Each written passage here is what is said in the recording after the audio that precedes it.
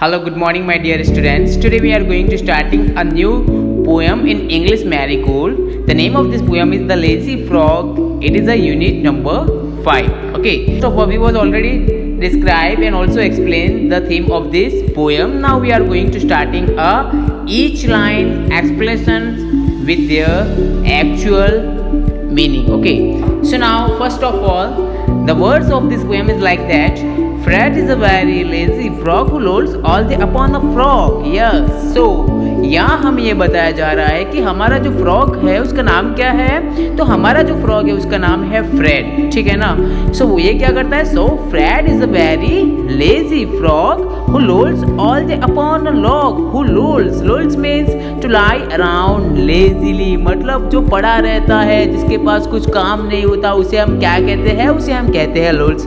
Who lolls all day upon a log, मतलब वो किस पर पड़ा रहता है, वो पड़ा रहता है on a log. So log किसे कहते हैं, log is a trunk of a tree that has been cut, मतलब जो लकड़ी का टुकड़ा होता है ना। तो ये जो हमारा लेजी फ्रॉग है जिसका नाम क्या है, जिसका नाम है फ्रेड, वो हमेशा उस लॉग पे पड़ा रहता है, एक लकड़ी के टुकड़े पर ही वो दिन भर वहां पे पड़ा रहता है, ठीक है ना। Fred is a very lazy frog who lolls all day upon a log. He always managed to shirk doing a single stroke of work. Yes, he always managed to shirk. Shirk में to not do something you should do, मतलब जो आप कर सकते हो फिर भी वो ना करना, तो उसे हम कहते हैं shirk. तो यहाँ वर्ड है shirk, तो उसका मतलब क्या होता है, उसका मतलब ये होता है अपने काम को साइड में कर देता है और काम को टाल देता है, ठीक है ना। मतलब उसको काम तो आता है सब, बट वो करता नहीं है, उसको टाल देता है। क्यों ऐसा करता है, क्योंकि हमें सबको पता है वो क्या है, वो लेजी है, ठीक है ना। तो एक छोटे से काम से भी वो हमेशा मना कर देगा, ठीक है ना। Doing a single stroke of work, वो एक छोटा सा भी काम को हाँ नहीं कहेगा, उसके लिए भी वो अपना मुंह फेर लेता है, ठीक है ना। So Fred is a very lazy frog who lolls all day upon a log. He always manage to shirk doing a single stroke of work. यहाँ से हमें ये 4 लाइन से ये पता चलता है कि जो फ्रेड है, जो बहुत ही लेजी फ्रॉग है, ठीक है ना, वो पूरे दिन सोया रहता है. कहाँ पे सोया रहता है, एक लकड़ी के टुकड़े के ऊपर पूरे दिन सोया रहता है. और वो क्या करता है, he always manage to shirk, मतलब वो हमेशा कोई भी काम दे दो, उसे आता होता हो या फिर ना आता हो, वो हमेशा मना ही कर देता है, हमेशा उस काम को टाल ही देता है. Right now in the 5th line, his poor old mother calls in vain, come in and help, he does not bother. To be extremely hard of hearing, he lies there in a silently heat and stains conventionally asleep. So here his poor old mother calls in vain and come in and help, he does not bother. तो उसकी जो poor mother है, old mother है, वो उसको पूरे दिन भर बुलाती रहती है. इन वेन मतलब यूजलेसली. फॉर एग्जाम्पल, मैं किसी को बुलाता हूँ और वो सुनता ही नहीं है, तो मेरा बुलाना तो वेस्ट गया ना, मेरा बुलाना तो यूजलेस गया ना. तो उसे हम कहते हैं अंदर की तरफ बुलाया, बट फिर भी उसे सुनकर भी अनसुना करना, ठीक है ना. अगर मैं आपको बुलाता हूँ और आप ना सुने तो मेरा तो बोलना तो व्यर्थ गया ना, मेरा तो यूजलेस गया ना बुलाना. तो ये जो फ्रॉग है जिसका नाम है फ्रेड, वो इस तरह से करता है, ठीक है ना. उसकी मम्मा पूरे दिन उसे बुलाती है, क्या बुलाती है उसकी मम्मा, please come in help me, but he does not bother का मतलब ये होता है वो ध्यान ही नहीं देता.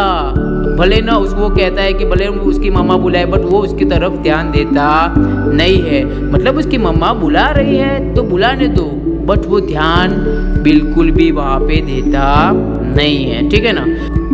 So now to move to inches much preferring to be extremely hard of hearing, मतलब उसकी मम्मा जो अंदर उसे बुला रही है कि मुझे कुछ हेल्प कर दो, बट वो तो 2 इंच भी अपनी जगह से नहीं हिलता. कौन सी प्लेस पे वो सोया है, on a trunk of would, एक लकड़ी के टुकड़े के ऊपर, लॉग के ऊपर वो सोया हुआ है. उसकी मम्मा उसे कुछ भी कहती है काम के लिए, तो वो 2 इंच भी वहां से उस प्लेस से हटता नहीं है, ठीक है ना. यहाँ पे क्या लिखा हुआ है आगे, to move to inches much preferring to be extremely hard of hearing. So hard of hearing का मतलब ये होता है deaf मतलब आपको पता है ना, किसी को सुनाई नहीं देता, उसे हम क्या कहते हैं, उसे हम कहते हैं deaf. मतलब जो बहरा होता है उसे हम deaf कहते हैं. मतलब वो ऐसा बिहेव करता है, वो ऐसा फील करता है, वो ऐसा ड्रामा क्रिएट करता है जैसे उसकी मम्मा बुला रही है बट उसे सुनाई नहीं दे रहा. ये इस तरह से बिहेव कर रहा है, भले ना उसको सुनाई तो देता है कि उसके मामा उसे बुला रही है, बट वो देख के भी अनदेखा करता है। बोधर मैंने बताया देख के भी अनदेखा करता है। ये कौन करता है? ये हमारा फ्रेड करता है। सो इसके मामा उसे बुला रही है, बट वो बिहेव करता है कैसे? हार्ड ऑफ हियरिंग मतलब वो बहरा है, उस तरह से वो एक्ट करता है, ठीक है ना। Then after he lies there in a silent heap and stays conveniently asleep। वो वहां पर चुपचाप, मतलब हीप मतलब क्या होता है? हीप मतलब आराम से फैलकर जो सोया रहता है उसे हम कहते हैं heap. And stays conveniently asleep मतलब क्या होता है इसका मतलब ये होता है दिन भर आराम से वो सोता ही रहता है। कहाँ पे सोया रहता है? वो एक ट्रंक पे सोया रहता है, एक लकड़ी के ट्रंक पे सोया रहता है। और he lies there in a silent heap and stays conveniently asleep। भले कुछ भी हो जाए आसपास में, भले ना जिसको जहाँ जाना हो जाओ, उसे जो कहना है वो कह दो, बट वो वहाँ पे कुछ भी ध्यान देता नहीं है। वो तो बस अपने मस्ती में आराम से, हीप मतलब आराम से फैलकर सोया रहता है, ठीक है ना। Then after this If a lady frog hops past, you would think he would catch up at last।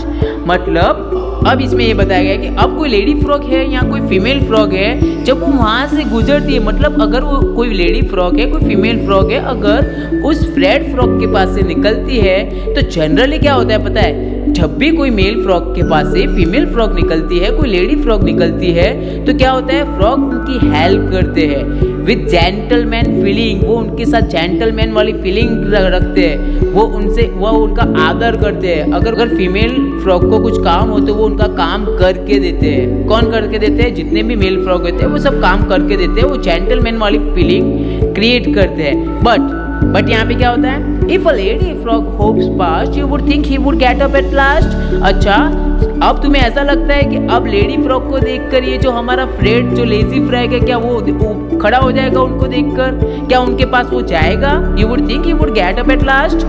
क्या देखकर अब वो खड़ा हो जाएगा, ऐसा लगता है आपको? तो आगे देखते हैं। To bow and help her on her way, but no, I am ashamed to say। To bow and help her on her way। bow मतलब उसको झुक कर क्या वो ग्रीट करेगा और क्या वो उसको हेल्प करेगा? आपको ऐसा लगता है क्या वो झुक कर वो ग्रीट करेगा? But no, I am ashamed to say।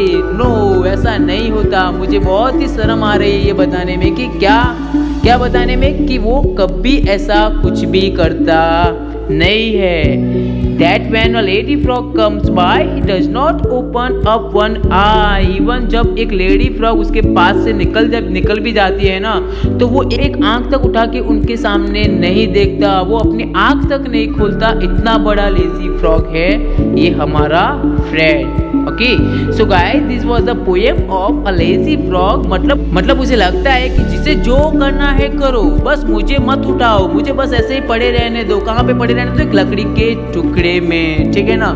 सो इस पोएम से हमें ये पता चलता है कि जो एक लेजी फ्रॉग है यहाँ पे, जो बहुत ही लेजी है, लेजी के साथ वो यूजलेस भी है। क्यों यूजलेस है? क्योंकि उसे अगर हम कुछ काम भी देते हैं ना, तो उसे वो काम तो करता है नहीं, बट देख के भी उसे वो अनदेखा कर देता है, ठीक है ना।